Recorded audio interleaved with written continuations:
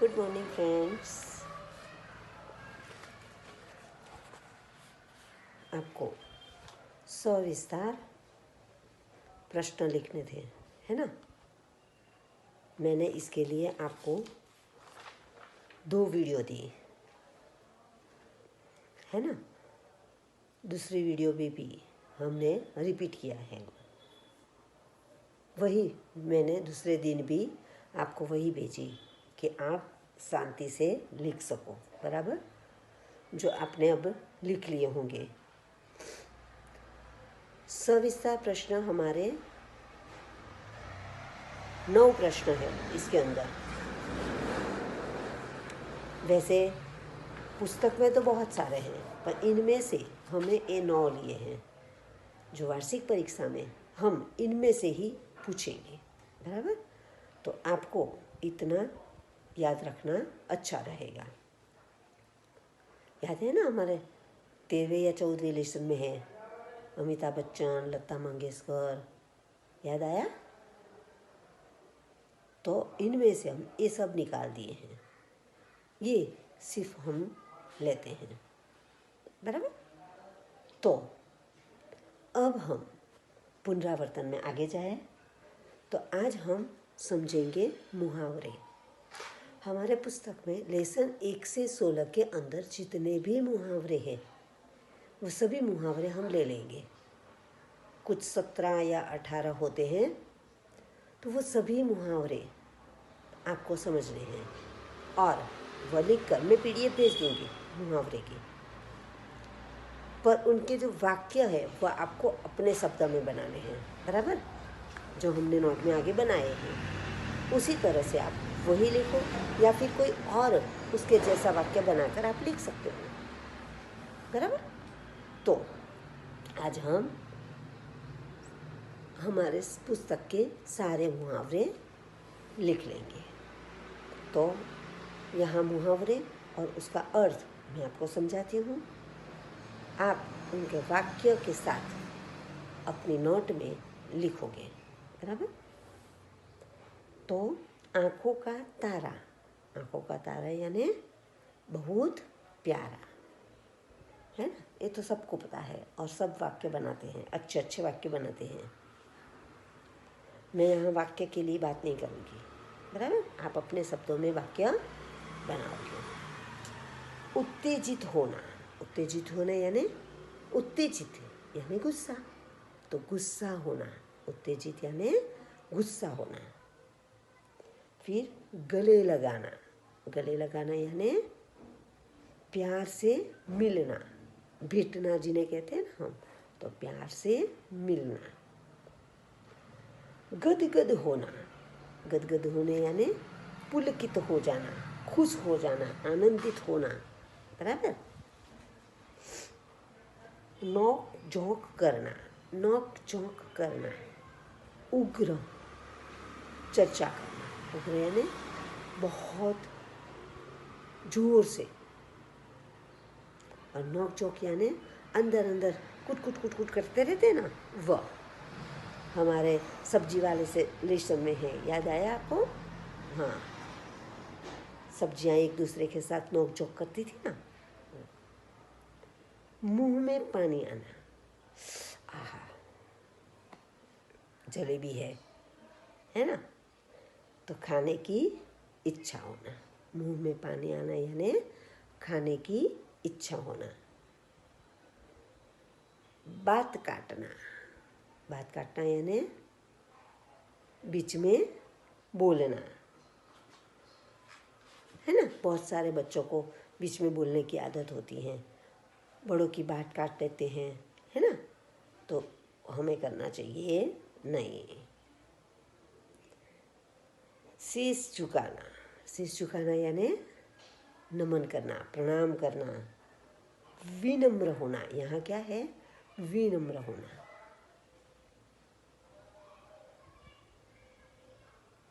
हम कुछ गलत कर देते हैं और फिर सामने बोलते हैं, तो ऐसा नहीं, हमें वहाँ उनकी बात सुननी चाहिए।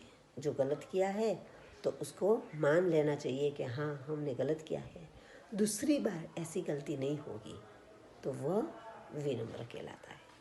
तो विनम्र होना, बराबर। कोमल भाव बहाना, कोमल यानी सुंदर, विचार प्रकट करना। कोमल भाव, भाव यानी हमारे जो विचार होते हैं वह सुंदर विचार प्रकट करना। फिर है ऊंचे चढ़ना। ऊंचे चढ़ना यानी सीढ़ी दादर नहीं चढ़ना है। ऊंचे चढ़ना यानी प्रगति करना, उन्नति करना। 5वीं से 6ठी जाओगे, 6ठी से 7वीं में जाओगे, बस तो वह क्या है? उन्नति, प्रगति। नेक रास्ते पर चलना। नेक यानी सही, सच्चे रास्ते पर हमें चलना है, तो उसका अर्थ क्या होगा? सही रास्ते पर चलना। कोई गलत करता है, हम भी गलत करें, तो वह नेक रास्ता नहीं है। कोई गलत करे पर हम वह सही करें, तो वह नेक रास्ता, बराबर। जैसे कि चोरी, चोरी करनी अच्छी बात है नहीं है, तो हम उनको चोरी करने से अटकाए या फिर हम चोरी नहीं करें, तो वह नेक रास्ता है, बराबर। सच बोलना वह नेक रास्ता है। तो सही, सच्चे रास्ते पर, सही रास्ते पर चलना। कड़क कर बोलना। कड़क कर बोलना यानी कठोरता से बोलना, गुस्से से। वैसे तो गुस्से से कहलाते हैं, पर कठोरता से। उठ जा, बैठ जा, तो ऐसा नहीं, हमें कठोरता दिखानी नहीं है। अब घुटने टेकना। घुटने टेकना यानी हार मान लेना। आपने गलती की है, आप हार गए हो, तो हार मान लो, कोई बात नहीं, है ना। तो घुटने टेकना यानी हार मानना। अब कान फूंकना। कान फूंकना यानी हवा मारनी नहीं। कान फूंकना यानी कान में कुछ कहना, गलत हो सही हो कुछ भी, कान फूंकना। बहुत सारे लोगों को ऐसी आदत होती है कि किसी के कान फूंकते ही रहते हैं, कुछ ना कुछ कहते ही रहते हैं, तो ये आदत गलत है। यानी कि कान फूंकना यानी कान में कुछ कहना। गुस्से से कांपना।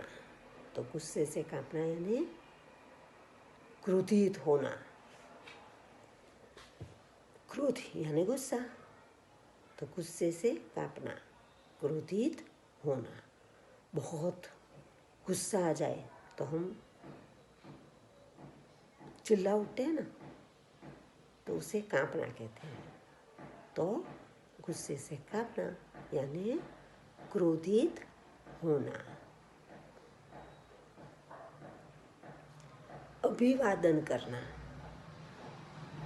अभिवादन यानी सत्कार करना, जिन्हें हम वेलकम कहते हैं, आओ आओ आओ, है ना। तो अभिवादन करना यानी सत्कार करना। कोई मेहमान आते हैं तो हम उसका सत्कार करते हैं ना, तो उसे क्या कहते हैं? अभिवादन करना, बराबर। फूला न समाना। फूला न समाना मतलब अत्यंत खुश होना। आपके पास अच्छी सी कोई किताब हो, कोई उपहार मिला हो, किसी को हरा दिया हो, तो आप आनंद उठते हो ना, तो वो क्या है? फुलाना समाना। खूब खुश हो जाते हो, आनंदित होना। आपका कहा किसी ने करा किया, तो आप खुश हो जाते हो, आनंदित हो जाते हो, तो वो क्या है? फुलाना समाना। अच्छी अच्छी बात करते हो, तो आपकी कोई अच्छी बात करे तो फुलाना समाना, यानी कि आनंदित होना। क्या? आनंदित होना, अत्यंत खुश हो जाना। तो ये हमारे मुहावरे और इसके अर्थ है। मुहावरे के अर्थ आपको सुनो। पहले एक वाक्य के प्रश्न, इसके बाद है 2-3 वाक्य के प्रश्न, इसके बाद है सविस्तार प्रश्न और सविस्तार के बाद है मुहावरे। अब हम कुछ व्याकरण विभाग लेने वाले हैं, तो व्याकरण विभाग से मुहावरे पहले लेते हैं।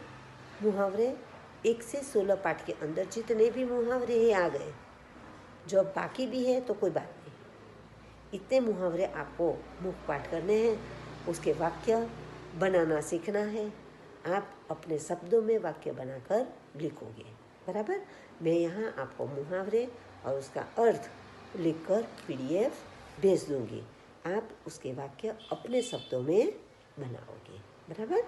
अच्छे अक्षर से सही मात्रा से लिखना, बराबर।